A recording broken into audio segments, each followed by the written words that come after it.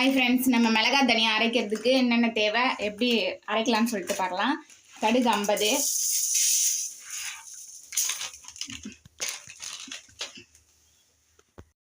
ஜீரகம் 50,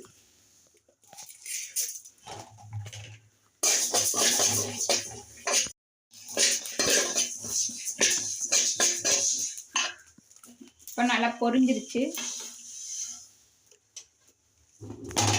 50 மஞ்சளை லைட்டாக சுட வச்சுக்கோங்க, இல்லைன்னா வெயிலில் காய வச்சுக்கலாம்.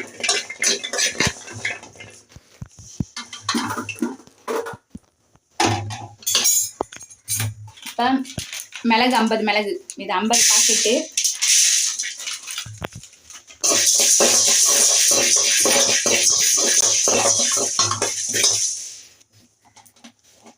மிளகு சடச்சடன்னு பொரியுது பாருங்க.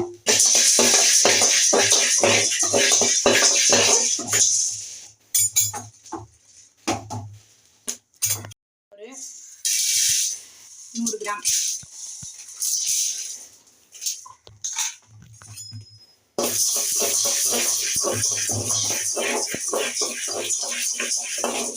வச்சு சிம்லையே வறுத்துக்கோங்க. கடலைப்பருப்பு பொரிஞ்சோடனே வெந்தயம் ஒரு 50 வெந்தயத்துக்கு கொஞ்சம் கம்மியாக போட்டு ஹீட் பண்ணிக்கலாம். ரொம்பவும் கரிஞ்சிருச்சுன்னா வெந்தயம் பக்கத்து மிளகாத்தூள் லைட்டாக சும்மா ஹீட் பண்ணால் போதும். அரிசி தோல் இந்த மாதிரி நான் வறுத்துக்கணும். நல்லா பொன்னேரமாக நல்லா அரிசி இதுவாயிடுச்சு.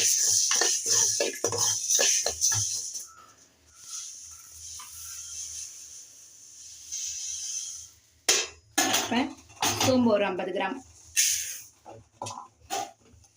50க்கும் கொஞ்சம் கம்மியாக தான் இருக்கும்.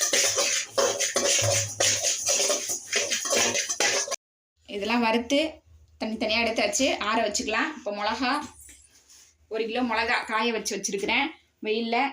தனியா 1 கிலோ காய வச்சு வச்சுருக்கிறேன். தனியா 1 கிலோ. இதெல்லாம் ஆறுனதுக்கப்புறம் எடுத்து அரைச்சிட்டு உங்களுக்கு காட்டுறேன் பாருங்கள் ஃப்ரெண்ட்ஸ். ஆற வச்சு அரைச்சி எடுத்துகிட்டு வந்தாச்சு. மிளகா தனியா குழம்பு பொடி ரெடி.